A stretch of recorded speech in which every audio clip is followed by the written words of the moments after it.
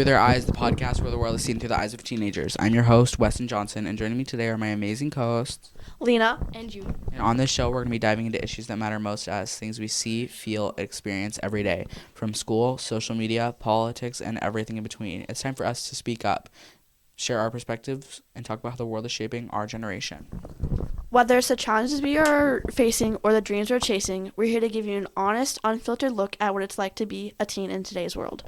So grab your headphones and tune in. Let's start the conversation because the world isn't just for adults, it's ours too. And today we're going to be sharing how we see it through our eyes. Trigger warning, sensitive topics here, so click off if these may trigger you. And a couple definitions here. A parasite is an organism that lives on or inside another organism called a host and gets nutrients from it at the host's expense. Parasites can be animals or plants. And then murder is the unlawful premeditated killing of another human being by a human being. And of course, the definition of abortion, I'll be sharing that and going into more details in a second. Hey y'all, let's talk about abortion. Yeah. Specifically the ethical, nope, is that a word? No. Political side and the medical. It's definitely a topic that divides people, but it's also it's also deeply personal for a lot of people because, yeah, it is. We'll explore different aspects of abortion, hear about the laws that govern it, and maybe even face or challenge some of the assumptions people have. So to start things off, June, can you give us a bit of a rundown on what abortion actually is? Yeah, of course. So in simple terms, an abortion is the medical process of ending a pregnancy. There are two primary methods: medication abortion, which involves taking pills to end the pregnancy, and surgical abortion, which involves a procedure to remove the pregnancy.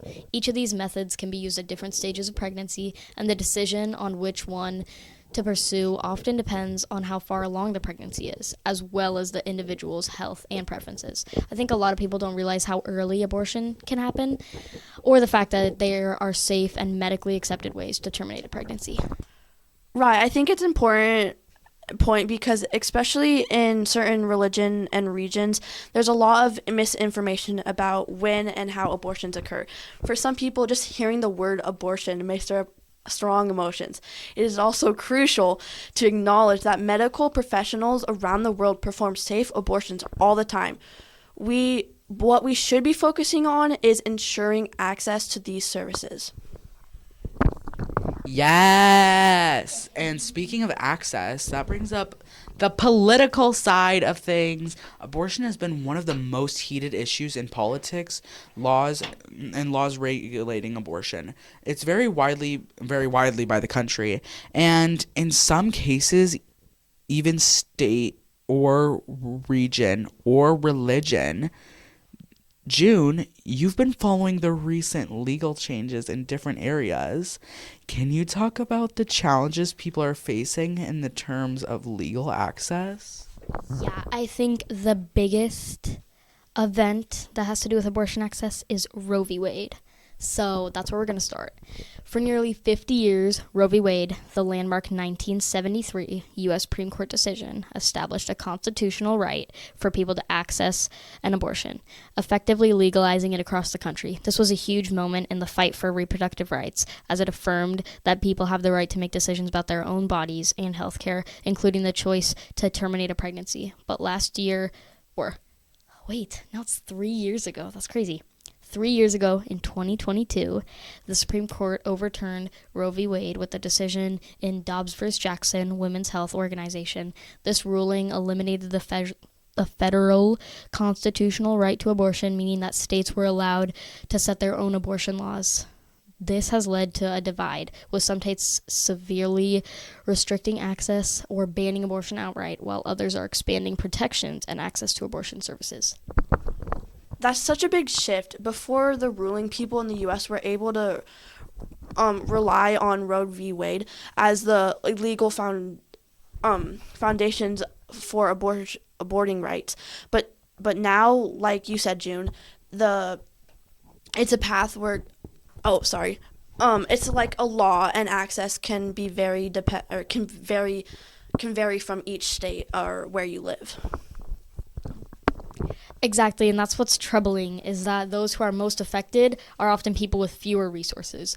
People who are low income, people of color, and those living in rural areas might find it harder to travel to a state where abortion is legal or is affordable. It's not just a matter of opinion, it's about equitable access to health care. That's why we are seeing so many advocates push for federal protection of abortion rights, and that's why there's such a sense of urgency around the topic. J'agree. It really, it really brings the importance of understanding these legal changes and the impact that they definitely have on people's lives. And it's not just about the access to the procedure itself, but the many factors that come into play when a not personal, is considering abortion, like health, personal circumstances, and economic conditions. Jordan is like a diva. I think like Michael Jordan is such a diva. Sorry, I like know that's not related, but I just saw someone with Michael Jordan shoes and I really like them. But Lena, you mentioned earlier that there were many situations in which someone might need an abortion beyond political conversation. So that's really cute. Yeah. Of course, abortion is not just a decision about personal health belief. It's often a deeply personal choice for health, safety, or Socioeconomic reasons. For instance, in some cases, a pregnancy might endanger the person's health or even their life. Conditions like ectopic pregnancies or non-viable pregnancies can require medical interventions. And of course, there are also those who seek abortions because they're not ready to have a children due to financial struggles, lack of support, or simply not wanting to become a parent at that moment in time. Abortion is also allowing people to make the best decision for their own lives.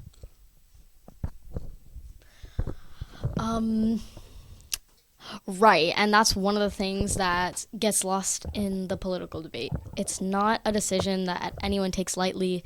Most people who seek abortion are doing so after careful consideration of their circumstances, and yet by overturning Roe v. Wade, we're making it harder for people to make the best decisions that are best for their health and their future.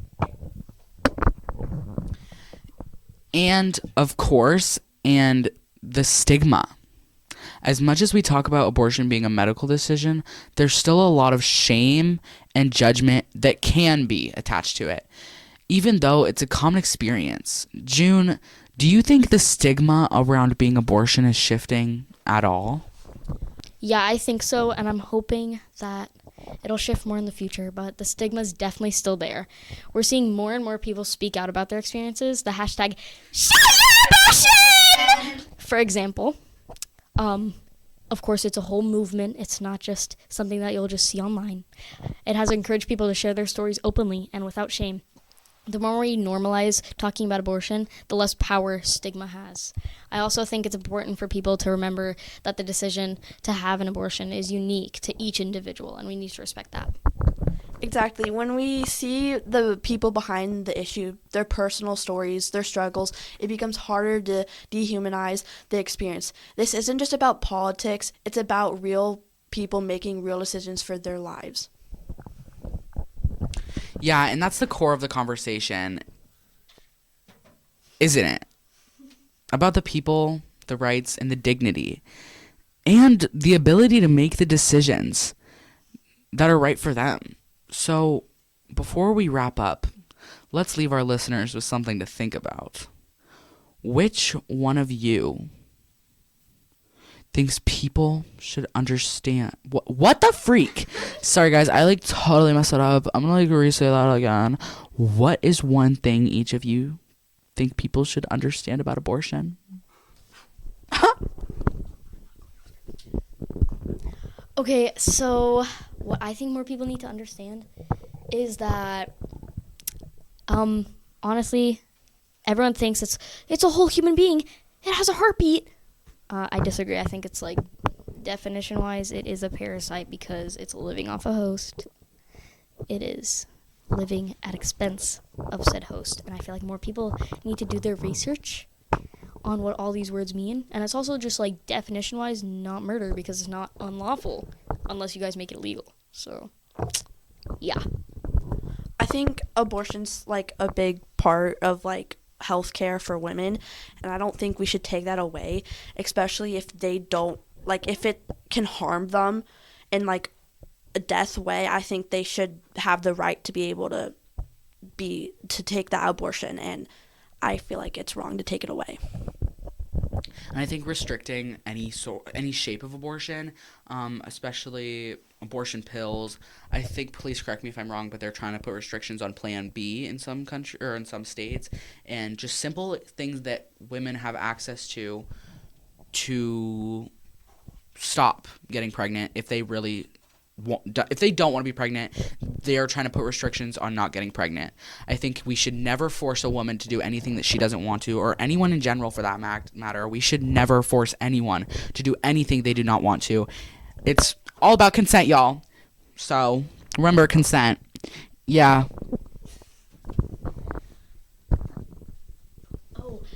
Exactly. Thank you so much for this discussion, and thank you to our listeners for tuning in. Let's continue to have these very important conversations. Absolutely, stay informed. Actually, guys, just be nice to people and take care of yourself and everyone else around you. Mwah. Yeah, and that's it for today's episode of Through Their Eyes. We'll definitely catch you next time, and remember, consent is important, y'all.